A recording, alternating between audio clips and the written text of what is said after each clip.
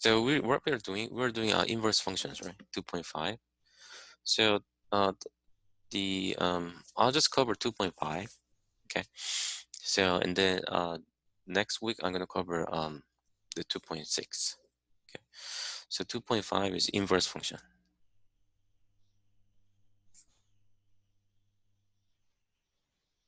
Okay. So inverse functions. Yeah. What's the inverse functions? Yeah, we learned it, right? Inverse functions. Inverse function of one-tone function. So in order to use inverse function, the original function must be one-tone function. We learned that, right? So do we learn the one-tone function? Okay. So what's the one-tone function? One-tone function means that a function has no two order pair have the what? The same second but different first. This is really similar to the I told you similar to the definition of function, right? Definition of function is what? If a relation between two sets x and y has what? No two order pair have the same first different second, right? So it's really confused the definition of function and definition one to one. Then how can you memorize that? So I gave two diagrams, right? So if you see, give me a second.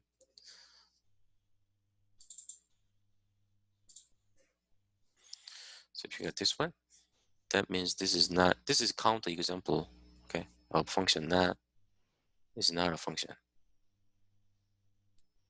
Okay. So what about this? Like this. This is a function, right? This is a function, but not a one-to-one. Okay, this is not one-to-one. So just memorize those two pictures. So these two lines represent what? Two ordered pair have the same first, different second. Okay. For this one, same second, different first. So then definition of function is what? The interchange in x and y. We can obtain inverse function by interchange domain range of the one-tone function. Okay, that was definition of function. Inverse function. Okay. So and then inverse function denoted by what? F inverse. Okay, keep in mind this F inverse. And then third one, yeah, we are learning how to find what inverse function. Okay, so what if function is given by set of ordered pairs? Then you simply interchange x coordinate, y coordinate. Okay.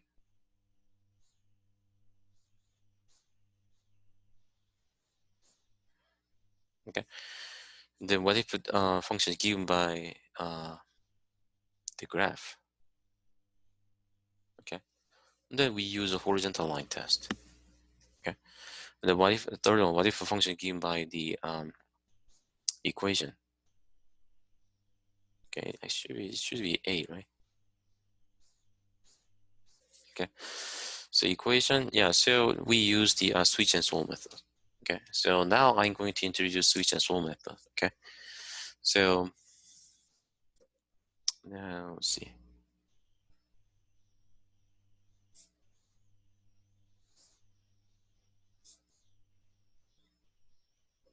Okay. So switch and solve method. Let's see.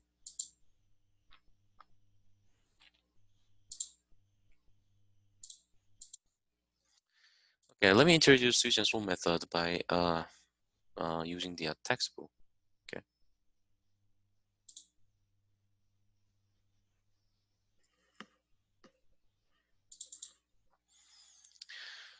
Yeah, see that here, switch and solve method right there. So to find the inverse of a one-to-one function given in a function notation, then first step we replace f of x by y, and the second step interchange x and y.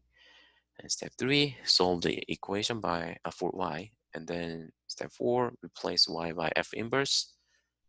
And then what last one? Check the domain of F is the range of F inverse, and the range of F is the domain of F inverse. But it's not necessary to check the step 5 to do step 5, okay? But anyway, you see example 8. So see that here, find the inverse of each functions. So 3 functions are given. Let's find it. Okay, let's find the inverse function. Okay.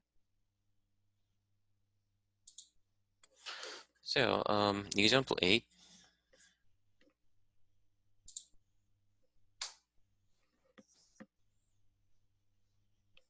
So 8, f of x is equal to 4x minus 1.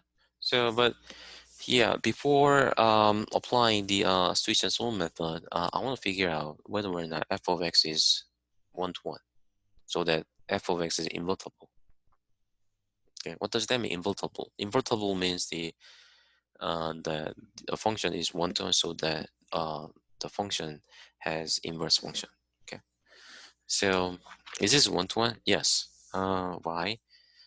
Mm, let me use horizontal line test, because this is the equation of line, right? So we can plot the graph of f of x, which is straight line. So here x-axis, y-axis. Okay, so I think, yeah, I mean roughly the graph of f of x must be like this. Here this is a -1. Okay, so now then see that this one passed the horizontal line test, right? So the function must be 1 to 1. Okay, so now let's find the inverse function. So step 1 is what? Replace f of x by y. So y is equal to 4x minus 1. Step 2, interchange x and y. X is equal to 4y minus 1. Step 3, okay. By the way, what we have to do step 1, step 2? What, yeah, what does that mean? I mean, step 1 and step 2, okay. So step 2, the reason that we do step 2, think about this. The definition of inverse function is what? Interchanging x and y, right? Domain range. So here, the actually f of x represent y value, right? So this y, in a view of inverse function, that y becomes the x first coordinate x, and that x becomes what? The second coordinate y. Okay. So now that's what we interchange x and y. Okay. And then, well, normally we express function. When you express function for given equation, equations given, then we isolate y in the left hand side, right? So to get that kind of familiar expression, we solve the that equation for y. Okay. So now the yeah, adding 1 divided by 4, we're gonna get this. This is the x plus 1 over 4. Okay, which is x. Yeah, so you can say 1 over 4x and then plus 1 over 4, 1/4, by the way. Okay. Now step 4. Now we replace y by f inverse. Okay, f inverse of x is equal to 1/4 x plus 1/4. Okay. All right, let's plot the graph of f inverse, because I want to figure out the kind of pattern between the graph of f and graph of f inverse. Maybe I just told you the pattern, but so graph of f of x is this, right? Okay, there. So now graph of f inverse is going to be, now see, 1/4, and then see this is the what slope, right? Actually, this is slope intercept. That's also slope intercept, by the way. The slope of f is 4. The slope of f inverse is 1/4. Okay. So now, yeah, give me a second. Let me plot the graph of f of x more accurately. Okay. So, because see that slope is 4, so the slope, you know, the graph must be more, sharper than this. Okay. So now then, give me a second. So right there is a -1. Okay. So this is graph of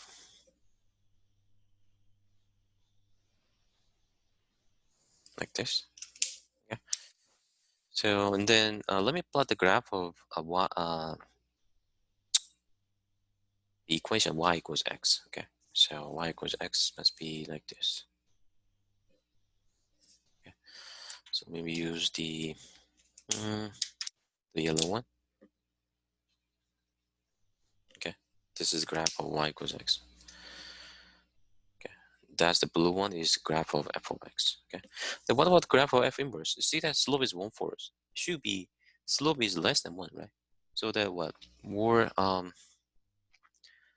you know the graph of f inverse, I mean the line of f inverse, there's more laid down than the graph of y equals x, right?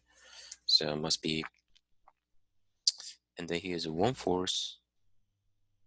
Give me a second. 1/4 right here. 1/4. That's the y-intercept. Okay. And then we got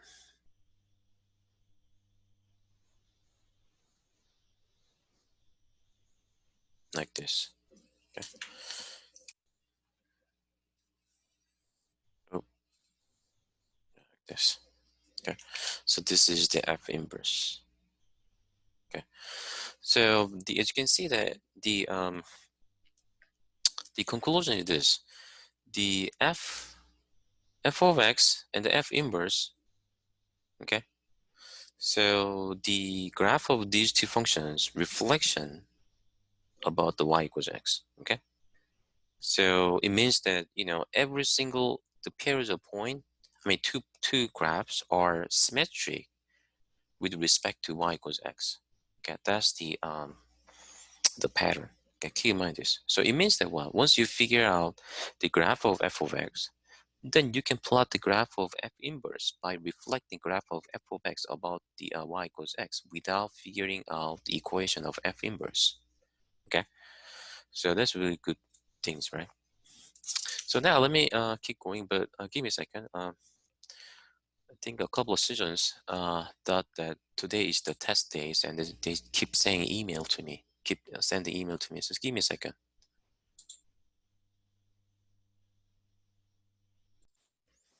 All right. So now next problem is, give me a second, B. Okay. So the B f of x. This is equal to 2x plus 1 over x minus 3. Okay. So this kind of function is called the rational function. Okay. So the rational function has the form of fraction, and then the variable, x coordinate that represent the x coordinate, the x variable is in the bottom. Okay. So now what are you gonna do? So let's find out inverse function using switch and solve method. Okay. So let me see. Step 1. Oh, let me use step 1. Okay. Step 1. So just same strategy what we did. Okay. Step 1 through step 4. I know. What about step 5? Let's do step 5 in this problem. Okay. Because here it's not a big deal to find the domain range of f inverse, right? So let me skip that one. And then here in this problem, let's do step 1 to step 5. Okay, step 1 is what? Replace f of x by y, right? So we got this. Y is equal to 2x plus 1 over x minus 3. Now step 2, we interchange the x and y. So x is equal to 2y plus 1 over y minus 3. Okay. And then, in the step 3 is what? Step 3, we solve the equation for y. Okay. So, but you see, we got y in top and bottom, the right hand side. So we have to remove the denominator somehow, right? So what? How can you do that? We multiply by y minus 3 on both sides, right? So x times y minus 3, okay, is equal to 2y plus 1, right? Okay. So, distributing x in the left hand side, we got xy minus 3x. This is equal to 2y plus 1. And now I'm going to subtract 2y to put together all of y terms, the left-hand side. And now I'm going to minus 2y, okay? Minus 2y. And then we add 3x plus 3x. Why? Because I want to put put together all terms, but don't include the contain y on the right-hand side, okay? So xy minus 2y is what? Xy minus 2y, and then 3x minus 3x gone, 2y minus 2y gone, so we got 3x plus 1. Okay. And then see, look at this left-hand side. These two terms have the common factor y, right? So bringing out y, we got this. This is 3x plus 1. So y is equal to 3x plus 1 divided by x minus 2. Okay. Let's step to step 4. Yeah, we replace y by f inverse. This is equal to 3x plus 1 over x minus 2. Okay. Now let's find out the domain range. We know that what domain of f is should be equal to range of f inverse, right? And then range of f must be equal to domain of f inverse, right? So, because actually finding domain range of that rational function is beyond of this subset. Okay. So this course, yeah, definitely this textbook, other chapter in this textbook introduce how to find domain range of this rational function, but I don't think this course covered that one. So, but let's find the domain. Okay. So, domain of this one. Let's find domain of f of x.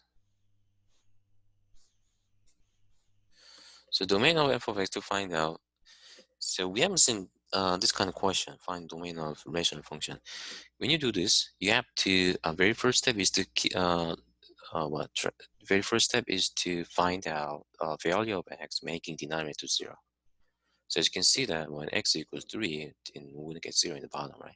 It should not happen. Okay.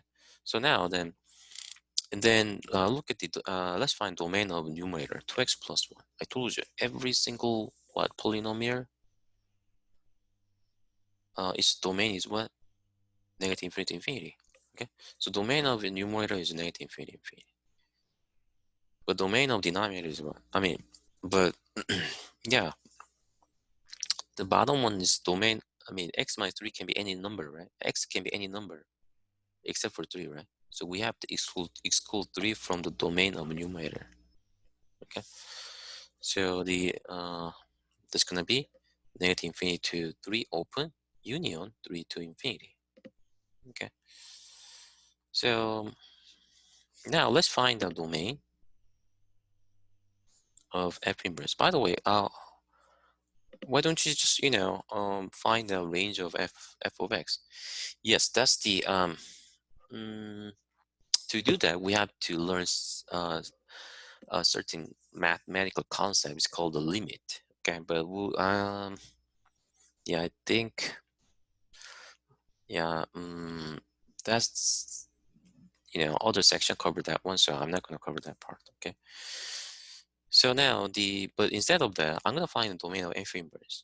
Then that's gonna be what range of f, okay? Also, we already got the what range of f inverse. Range of f inverse must be equal to domain of f, right? So range of f inverse must be negative infinity to 3, union 3 to infinity. Okay. The domain of f inverse, let's see, f inverse right there. So what? Because x cannot be 2, right? And then look at the numerator, 3x plus 1, which is polynomial. So domain of f inverse must be negative infinity to 2, open, union, open to infinity. Okay.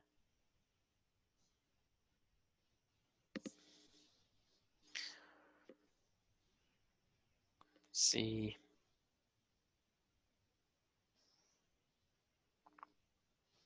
Give me a second.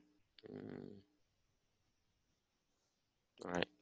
So this is a range of f of x. It's going to be negative infinity to 2, union to infinity. Okay. All right. So now C. Okay. Next problem. F of x is defined by square root of x plus 2 minus 3. So what are you gonna do? Step 1, replace f of x by y. Okay. Now I think now you're just getting familiar with steps, right? So please memorize that. Y is equal to square root of x plus 2 minus 3. Okay. In step 2, x is equal to square root of y plus 2 minus 3. And step 3, well, we solve the equation for y, right? So x plus 3 is equal to square root y plus 2. I just isolate the square root term, okay? And then we take a square root. We take a square, both sides. Okay. Taking square, taking square. So we got x plus 3 square is equal to y plus 2. Okay. So y is equal to x plus 3 square minus 2. Okay. And then step 4, replace y by f inverse, which is x plus 3 square minus 2. Okay. So once you get this, I know I did maybe a little bit fast, but look at this. Why I did the isolate square root term, because anyway we have to remove the square root, right? The to remove square root, we need to take a square, right? But without isolating square root and taking square, we're gonna get another, the square root term. Okay, so we have to isolate square root term and then taking square, then that square root will be gone, and then we don't get any extra square root term. Okay, that's why I did an isolate square root term. Okay, so next one, you see the x plus 3 squared minus 2. This is the what? Quadratic equation. I mean, graph of f inverse is a parabola. But so you take a look at the graph of f of x. I mean, just figure out the graph of f of x. So here x-axis, y-axis. Okay. The graph of f of x, it must be what? You see that? What's f of x? I mean, here f of x is square root of x plus 2 minus 3, right? We can figure out the graph of f of x using the transformation. We learned the 2.3, right? Starting from graph of g of x, I mean square root function, we know graph of square root x is what this, g of x, right? And then what we do, the Fourier translation, okay? Shift the graph of g of x to the left to unit.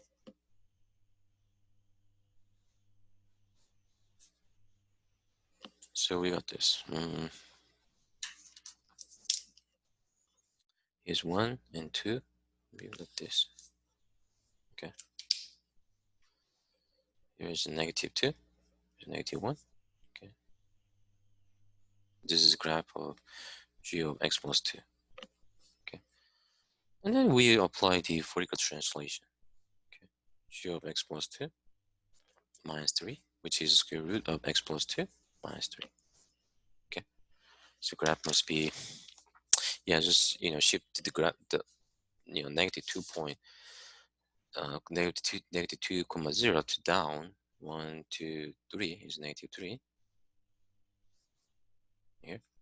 Okay, so we got this.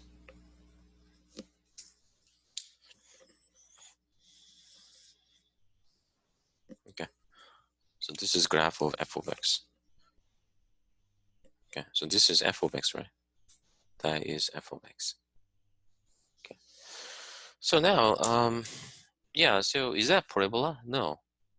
Okay, but look at this graph of f. We got f inverse, but graph of f inverse must be parabola.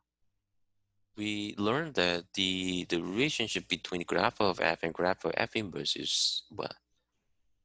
Symmetry with respect to y equals x. I mean reflection, right? So then what? What's the something wrong, kind of, right? So now let's plot the graph of f inverse. It's x plus 3 squared minus 2. Also, we can plot the graph of this one using transformation, right? So shifting graph from the, let's say this graph, starting from, the graph of the square function, which is parabola, the shifting the graph to the left 3 unit, and then shifting upward 2 unit, right? So now then 3 unit, so it's negative 3, and then down 2 unit, okay, right here, okay. So graph must be like this.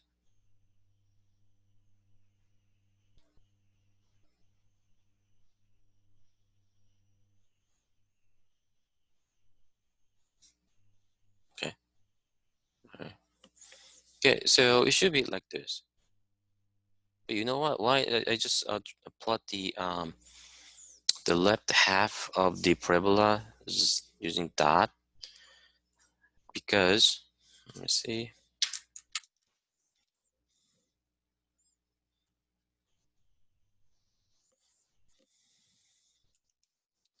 because this part is not belong to the domain of f inverse.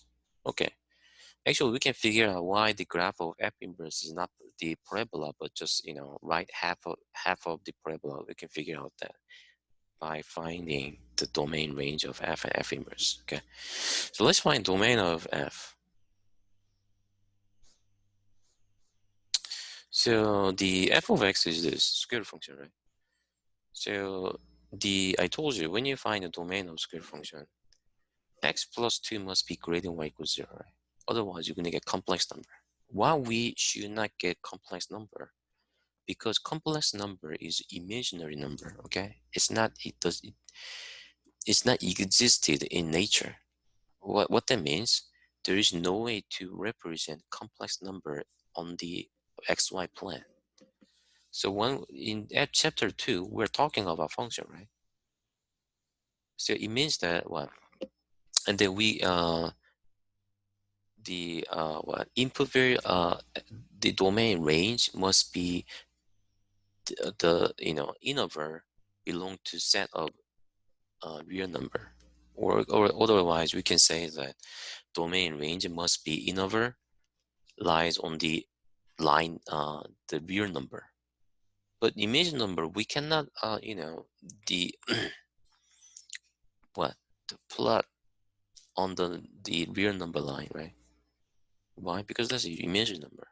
Okay, so we don't deal with imaginary number, complex number, I mean, in chapter 2. Keep in mind this. So x plus 2 must be greater than or equals 0. Excuse me. So now x plus 2 is greater than or equals 0. We solve the inequality. So it means that what? X must be greater than or equals negative 2. So the domain of f of x must be negative 2 to infinity. It makes sense. We can figure out domain of f of x by looking at the graph. You see that? The graph starts from the negative 2 to infinity, right? Okay. So now what about this? Range. Okay. Range of f inverse. So range of f inverse is range of f, right? As you can see that here, what range going to be of f of x must be negative 3 to infinity, right? Because that doesn't go down, okay? It's increase, but the speed of increasing is kind of getting slow, but still increasing. K minus. The algebraically we can find the range of f of x by looking at the equation of f of x. See that square root of x plus 2. Square root of anything must be greater than or equals 0. K minus this guy is greater than or equals 0. But there is negative 3, right? So we subtract 3 on both sides. So we got this. 2 minus 3 is greater than or equals 0, negative 3. Okay, well what is this? This is what? Y, right? So y is greater than or equals 3. So negative 3 to infinity. That's the range of f of x. Okay, so now once we figure out domain range, it means that we got what? Range of f inverse and domain of f inverse as well, right? So domain of f inverse is going to be what? Negative 3 to infinity. Does that make sense? You see that here, negative 3 to infinity, right? Negative 3 to infinity. This is the domain of f inverse. That's why I dropped the left half, side of the parabola. That's why I didn't plot. Okay, because the domain of, even though equation of f inverse is a quadratic polynomial, so that is the graph of this guy is supposed to be a parabola, but I didn't plot the parabola entirely because domain is start from negative 3. Okay, any number behind the negative 3, the f inverse is not defined. Okay, so what about the range then? The range of f inverse, this must be equal to domain of f, which is negative 2 to infinity. We can verify this on the graph. Let's see what the range. You see graph of f inverse like this. So y value, minimum y value is negative 2 and then goes up, right? So from negative 2 to infinity. This is the range of f inverse, okay? So that's the example 8. Okay, so keep in mind switch and solve method, and then keep in mind this relationship between graph of f and f inverse, and then just keep in mind the relationship between domain range of f and f inverse. Okay, so you need to know how to find the domain range of square function, polynomial. Okay, function. Keep in mind this. So now we move to example. Let's see.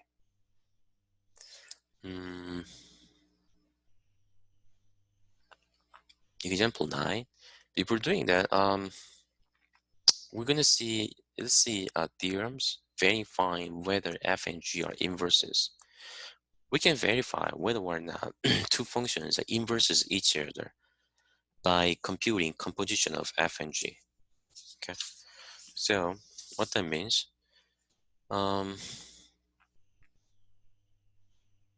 the functions are let me see, f and g are inverses each other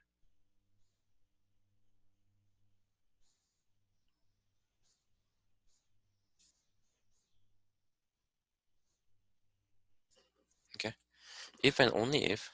Get that? A symbol means if and only if, or equivalent. Okay, then what, f composition is g of x, which is what, f of g of x, right?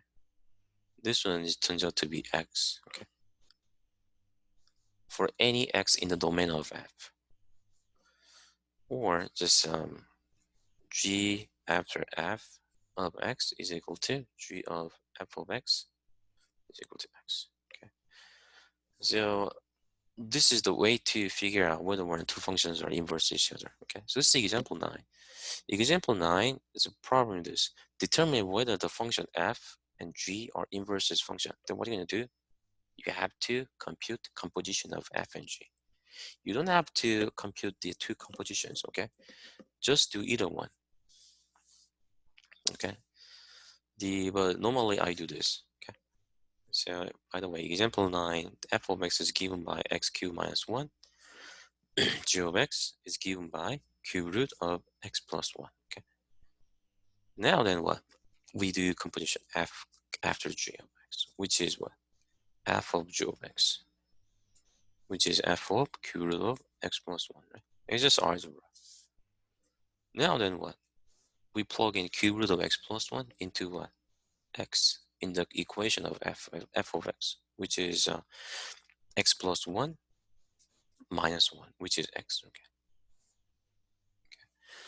So, and then once you figure out this, yeah, I told you, you don't have to do both, okay? Just compute either one, okay? I got it.